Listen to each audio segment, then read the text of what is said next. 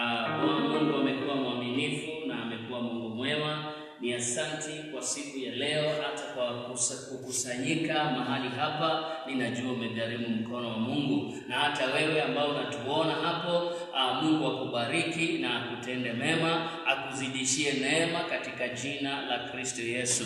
Siku ya leo tuna ushuhuda ya kwamba Mungu anaweza, Mungu ni mwenye nguvu, na Mungu ni mwenye huruma zote. Na ninasema ni asante kwa Mwenyezi Mungu hata kwa kutufikisha mchana wa siku ya leo. Ni kwa neema yake, ni kwa nguvu zake, ni kwa uwezo wake. Ni asante hata kwa wale wote ambao wamefika kwa kanisa. Mungu awabariki na watende mema. Asante kwa mama, asante kwa wazee, hata kwa vijana na watoto. Mungu awabariki. Na hata nyinyi ambao mnatuonea hapo kwa online, Mungu pia awabariki na watende mema. Siku ya leo tunaenda kuzungumzia mambo mawili matatu kuhusu imani na hope. Na hope nitaitaje na Kiswahili? Hope, yani hope and faith. Tunaenda kuzungumzia hayo mambo mawili, na ndio nimekuja nikuambie usife moyo. Usife moyo. Kama una Mungu usife moyo. Kama Mungu amekushika mkono usife moyo. Hapa tumefika ni mkono wa Mungu umetubeba, sio kwa nguvu zetu wala mawazo yetu. Na ninajua Mungu ataenda kukutenda mema. Bwana asifiwe. Siku ya leo ninaenda kusoma neno la Mungu katika kitabu ya Luka 7 hapo 12. Bwana asifiwe. Kuna kitu nilikuwa nimesahau. Sisi ni Divine Solution Tabernacle, Divine Solution Tabernacle The Rock Ministry. Majina yangu ni Pastor Peter K. Nyaga. Bwana apewe sifa. Na tunamhubiri Yesu. Ukitaka maombi, ukitaka kumjua Mungu, tuko tayari kuendanisha na wewe katika hiyo safari. Bwana asifiwe. So karibuni na karibuni tena. Hata wale ambao hawatujui tumewakaribisha katika jina la Kristo Yesu. Bwana asifiwe. Na tunaenda kusoma hii neno katika Luka 7 hapo 12, na nitasoma Luka 7 verse 12. Inasema hivi: na as he drew near to the city gate, to the gate of the city, behold, a man who had died was being carried out, the only son of his mother, and she was a widow, and a large crowd from the city was with her. Praise the living God. Tunamuona kuna mama ambaye alikuwa mjane, na huyu mama mjane kumbuka alikuwa na mzee na akafa, na sasa ni kijana wake amekufa. Lakini Biblia inaniambia hakuwa peke yake, kulikuwa na wenzake ambao wamekuja kumfariji. Praise the living God. Lakini Biblia inasema Yesu alikuwa anapita. Akiwa anapita akaona ile crowd imezingira yule mama. Crowd ambayo ilikuwa na hypocrisy ya hali ya juu. Wanauliza mtoto atazikwa lini? Twende chama. Au mtoto atazikwa lini? Tukakule mchele. Praise the living God. Yani walikuwa wanajifanya marafiki wa yule mama, lakini roho zao hazikuwa pamoja na yule mama. Praise the living God. Na yule mama ninamuona alikuwa na machozi mingi sana, kwa sababu kitu ya kwanza alikuwa amebaki tu na kijana. The only hope she had was that boy. One thing, mzee alikufa, wakacheka, amebaki mjane. Bwana asifiwe. Sasa yule kijana alikuwa ambaye anamlea, akamsomesha na pesa zake zote, akajitolea kumfanyia mambo kama mtoto wake. Praise the living God. Na imefika mahali hata naye amekufa. Praise the living God. Ninaona watu wamama wale ambao ni wajeuri wanasema sasa alikuwa na ringa na kijana wake, sasa hata naenda huyo ameenda. Bwana asifiwe. Praise the living God. Mimi sijui ni nini umepoteza msikizaji wangu. Mimi sijui umepoteza nini mama. Mimi sijui umepoteza nini wewe mzee. Mimi sijui umepoteza nini. Sijui kama ni kazi umepoteza. Sijui kama ni pesa ulipoteza. Sijui kama ni mke ulipoteza. Sijui kama ni mume ulipoteza. But I'm telling you, there is another hope which is coming. God is coming on your way. Mungu anakuja kanjibos kadizada, anakuja kwa njia yako, anakuja kwa maisha yako, na akikuja he will turn everything around. Praise the living God. Lazima atapindua mambo, atapindua story, atapindua story kwa maisha yako, atapindua kwa masomo yako, atapindua ndoa yako, atapindua katika jina la Kristo Yesu. Biblia inaniambia ya kwamba Yesu alipokaribia ile mlango wa ule mji akaonea mama huruma. Praise the living God. Akaona kuna vijana ambao wamekuwa na maso, vijana ambao ni barubaru, wamebeba jeneza, na Yesu Biblia inaniambia akamuonea huruma. Oh my God, my Father, this is day of compassion. Siku ya leo ndio Mungu anaenda kuonea huruma. Pengine ulikuwa unajiuliza, ni mpaka lini nitakaa katika hii hali yangu? Ni mpaka lini nitafinyiliwa na hii maneno? Ni mpaka lini hawa watu watanidharau? Ni mpaka lini nitatoka katika hii msiba? Lakini nimekuja kukuambia siku ya leo, oh my God, my Father, ameona kilio chako na atakupanguza machozi yako katika jina la Yesu Kristo. Biblia inaniambia nikiendelea hapo 13, and when the Lord saw her, he had compassion on her and said to her, do not weep, do not weep. Hata mimi nimekuja kukuambia usilie. Yesu wakati aliona yule mama akamwambia usilie mama. Yesu akamuonea huruma, akaambia mama usilie tena. Na mimi nimekuja kukuambia siku ya leo na asubuhi ya leo na mchana wa siku ya leo na Jumapili ya siku ya leo, kilio kimefika mwisho katika jina la Kristo Yesu. Akamwambia usilie mama, and he came and touched the barrier, and the bearers stood still, and he said, young man, I say to you, arise. Bwana asifiwe. Biblia inaniambia wakati Yesu alimwambia asilie, Yesu ninamuona akitembea, na akatembea mpaka kwa wale majamaa ambao wamebeba jeneza. Wakati alishika jeneza, wale vijana wakashindwa kusonga mbele na wakashindwa kurudi nyuma, wakasimama still. Biblia inaniambia wakasimama wima. Wakati walisimama wima, wakashindwa kusonga mbele, wakashindwa na kurudi nyuma, wakabaki wamesimama kama milingoti, wakabaki wamesimama wima kama maaskari. Mungu Yesu daya bada. Na mimi nimekuja kukuambia ya kwamba any situation ambayo inakupeleka kwa kaburi, magonjwa ambayo yanakupeleka kwa kaburi, umaskini ambao umekuwa na mizizi kwa nyumba yenu, siku ya leo inaenda kusimama wima katika jina la Yesu Kristo. Anything what is on top, anything ambayo ilikuwa imepreparewa na shetani ikumalize,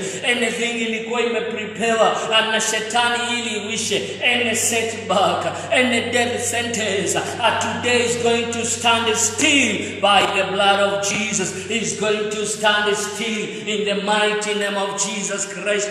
Biblia inaniambia wakati Yesu aliguza ile jeneza, wakasimama wima, wakashindwa kusonga, na Yesu akaambia kijana, amka.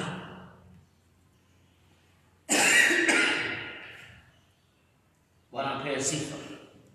Hata wewe siku ya leo, haijalishi ni hali gani imekufa kwa maisha yako, haijalishi ni nini hicho kimeuawa, haijalishi ni nini hicho adui alichukua, haijalishi ni nini hicho ambacho ulipoteza, Haijalishi ni nini hicho ambacho kimekuwa kikikuangaisha wakati maisha yako, katika maisha yako, katika familia yako. Nimekuja kukuambia siku ya leo, everything is going to stand still for your favor. Everything is going to stand still for your breakthrough. Everything is going to stand still for your blessing in the mighty name of Jesus. Biblia inaniambia ya kwamba na Yesu akaambia kijana, amka. Na mimi nimekuja kukuambia siku ya leo, chochote kilikuwa kimeuawa kinaenda kuamka na kusimama na kusonga mbele katika jina la Kristo Yesu.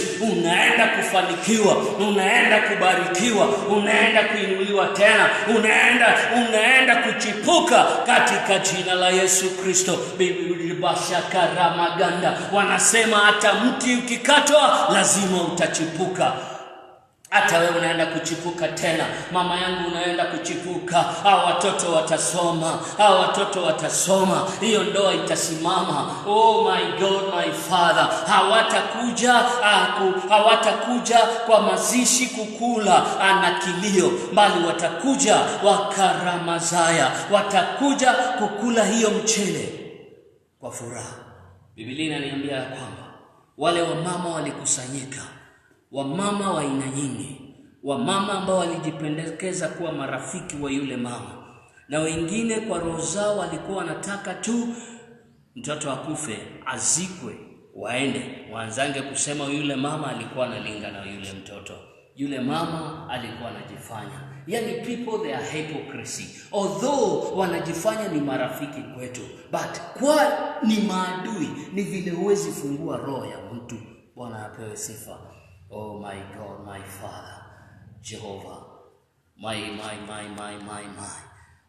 God, my Father, may He turn those tables for you. May He turn those tables for you. In the mighty name of Jesus. Walikusudia kwa ubaya, lakini Mungu akakusudia kwa wema. Na mimi nimekuja kukuambia siku ya leo, ndugu yangu, nimekuja kukuambia siku ya leo, mama yangu, hayo ambao unayaona sio yatakumaliza. Maana siku ya leo kuna huruma za Bwana katika madhabahu haya. Kuna huruma za Kristo katika madhabahu haya. Kuna huruma ambayo inakuja kwa sababu ya maisha yako, huruma ambayo itakuinua tena, huruma ambayo inaenda kukupea breakthrough kwa maisha yako. Biblia inaniambia ya kwamba ukiendelea hapo inasema, and he came and touched the barrier, and the barrier stood still, and he said, young man, I say to you, arise. And the dead man sat up and began to speak. Yule kijana ambaye alikuwa amekufa akasimama na akaanza kuongea. Bwana asifiwe. Sherehe ikakuwa ni ya furaha. Sherehe ilikuwa imekusudiwa kuwa ya kilio. Sherehe ilikuwa imekusudiwa ni ya kilio na machozi. Oh my God, my Father. Sasa ni sherehe ambayo ni ya furaha. Sasa ni sherehe ambayo ni ya vigelegele. Na mimi nimekuja kukuambia, waliokuandalia sherehe ya machozi siku ya leo hawatakuja. Haitakuwa ya machozi, itakuwa ya furaha katika jina la Kristo Yesu. Ninataka nishie neno ingine moja ambayo tunaenda kufunga nayo ibada ya siku ya leo, na inapatikana katika Matthew 17, Mathayo 17, Matthew 17:15 inasema hivi. 15:17 inasema hivi. Inasema 17. And Jesus 17:15. Where is this 15? The Lord have mercy on my son.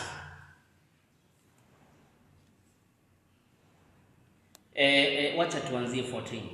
And when they came to the crowd, a man came up to him and kneeling before him, said, Lord, have mercy on my son, for he is an epileptic, and he suffers terribly For often he falls into the fire and often into the water. Praise the living God.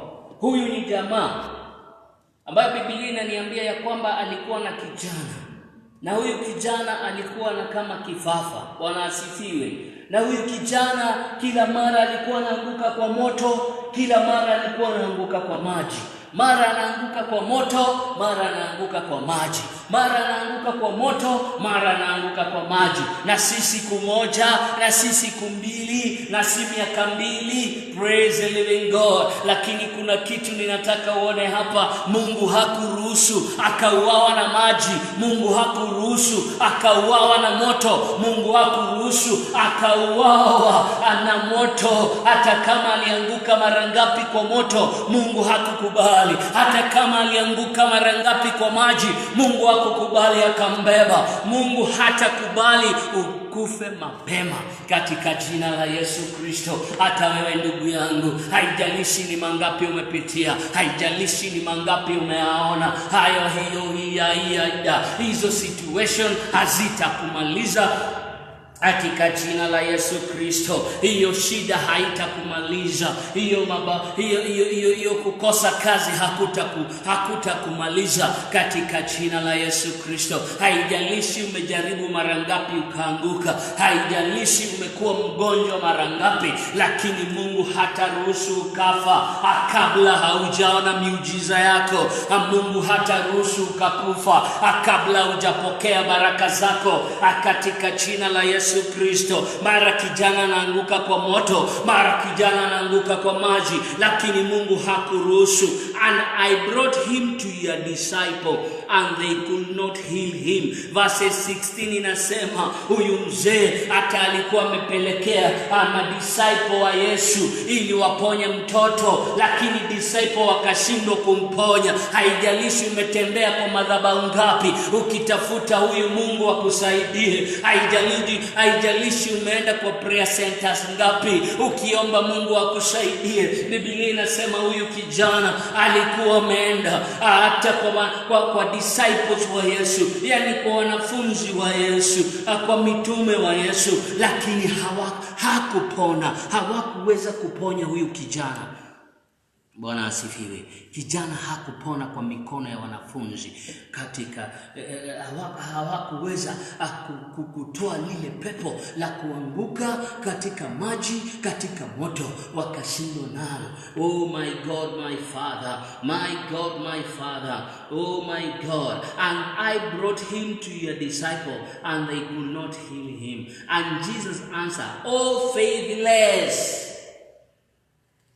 and a perverse generation. Faithless and a perverse generation. It is time to have faith in God. It is time to have faith in the word of God. Oh my God, my Father. I think when Jesus is saying like this, ni kumaanisha wale wanafunzi hawakuwa na imani ya kutosha, na kile kinafanya tuhangaike, na kile kinafanya tusione Mungu kwa maisha yetu ni kupungukiwa kwa